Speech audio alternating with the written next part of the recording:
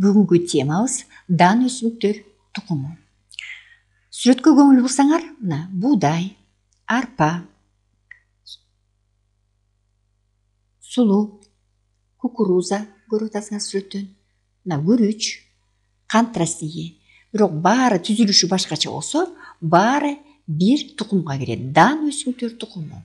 Канча түрү бар экен? Аны аныктайлы. 6000 түрү бар экен. Ошого карабастан, булардын баардыгы окшоштугу бар. Ошондуктан бир тукумга киргизебиз. Эмнеси менен окшош экен? Биринчиси, баардык өсүмдүктөр, будай, арпа жана башкалардын баары деген тамыры чач экен. Тамыр системасы чач. Кадимкидей эле негизги тамыр бөлүнүп чыккан эмес, баары тамырлары окшош болот экен. Тамыр. Экинчи өзгөчөлүгү. Булардын баары деген сабагы муун деп аталат экен. Башкача айтканда, сабактары өсүп бүткөндөн кийин саман деп аталат экен. Сабагы муун. Ушул өзгөчөлүктөн баары бир тукумга кирет экен. Дан өсүмдүктөр тукуму. Булар бир үлүштүүлөрдүн өкүлү. Бир үлүштүүлөр. Себеби уругунда бир эле үлүш бар. Үлүштү карагыла. Бир эле үлүштөн турат. Кукурузаныкын айталы. Бир эле үлүштөн турат экен. Будай, арпаныкы дагы бир эле үлүштөн турат экен. Бир эле үлүштөн турат экен. Эми дагы өзгөчөлүгү 100% ушул өсүмдүктөрдүн 100% баары чөптөр болуп эсептелет экен. Кыргызстанда өскөндөрдүн баары чөптөр. Башкача айтканда, бак-дарактар бизде жок экен. Кубада мисалы, ушу дан өсүмдүктөр тукумунун кант растеги, мынакей көрүп атасыңар, эң чоң размери болот. Булар дагы дан өсүмдүктөр тукумуна кирет экен. Бирок Кыргызстанда булар өспөйт. Мындан албетте кант алат экен. Биз кызылчадан алсак, Кубада кантты кант растегинен алат экен. Узун, бийик өсүмдүктөр. Эми түзүлүшүнө көңүл буралы. Эң адамга биринчи кирип, албетте бул будай. Биз экиге бөлүп алалы. Жапайы өскөндөр, биринчисин жазып чыгалы. Биринчи адам өстүргөн маданият өсүмдүктөрүн, экинчи жагына жапайы өсүмдүктөрдү. Албетте жүгөрү, сүрөттө көрүп атасыңар. Жүгөрүнүн башка аттары бар бул. Маис деп аталат, кукуруза деп аталат, же конокто 3 аты бар экен. Жазып коелу буяка. Маис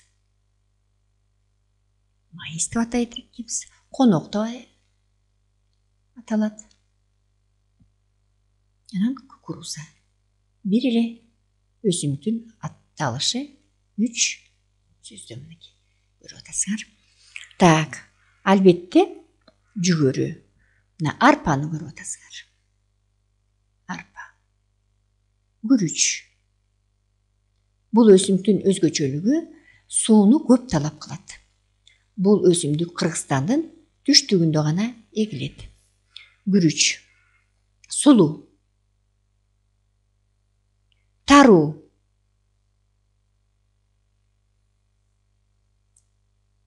Кара будай. Булар маданият өсүмдүктөр. Эми жапайы өсүмдүктөрдүн жазып чыгалы бул жагына. Шалба Тимофеевкасы. Жердин баарын өсөт бул. Ото чөп болуп санат. Тимофеевка. Шалба ат коногу. Ат коногу. Дагы ото чөп болуп саналат. Кара сулуу. Тамыр системасы аябай жакшы өрчүгөн. Отогонго аябай оор болот. Тулаң. Бул да жапайы өсүмдүк.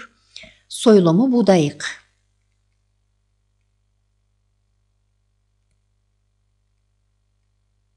Суроо пайда болот. Эмне үчүн буларды дан тукумуна киргизилген? Себеби мурдагы айдап кеткендей эле тамыры, бул жапайы өсүмдүктөрдүн тамыры чачы саман болуп саналат. Сабагы муунга бөлүнүп турат. Өсүп бүткөндөн кийин саманы калат. Ошондуктан булар дагы бул тукумга киргизилген. Албетте бүт маданият өсүмдүктөрү адамдарга чоң пайда келтирет. Эң биринчи мурда белгилеп кеткендей будай, будайдан нан болсо эң ыйык болуп биздин элде саналат. Көп желүүчү продукт.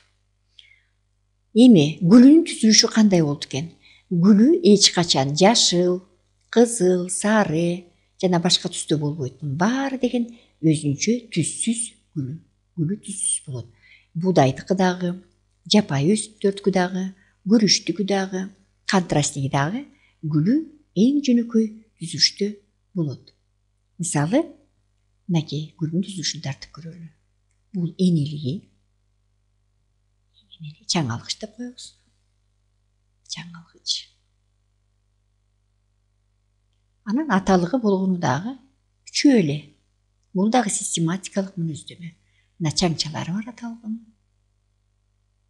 Суроо пайда болот. Кызыл, тазыл, сыя көк болбосо, булар кантип чаңдашат деп.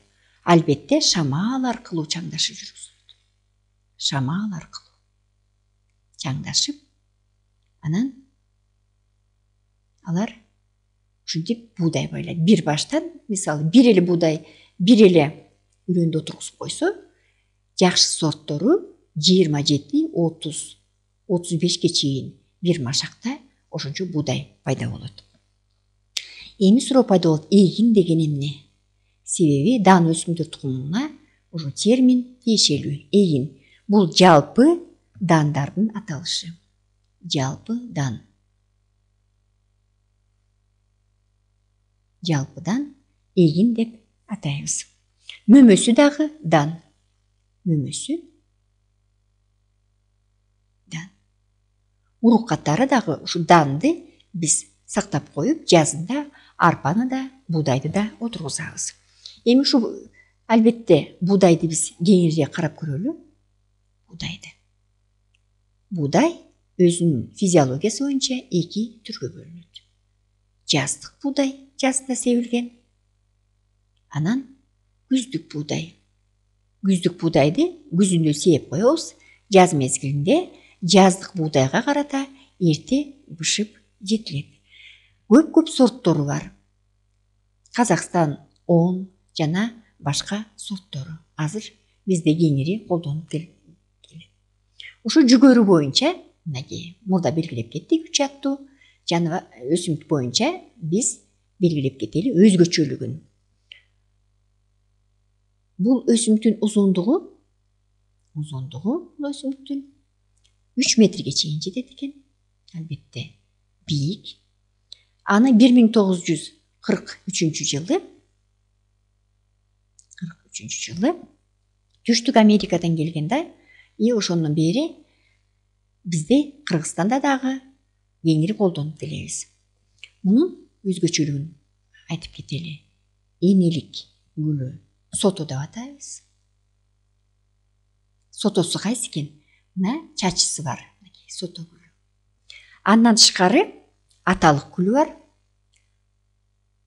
Аталык гүлүн белгилеп кетели. Бир өсүмдүктө 2 гүлү бар экен, Бул шыпыргы гүлү. Шыпыргы деп коет.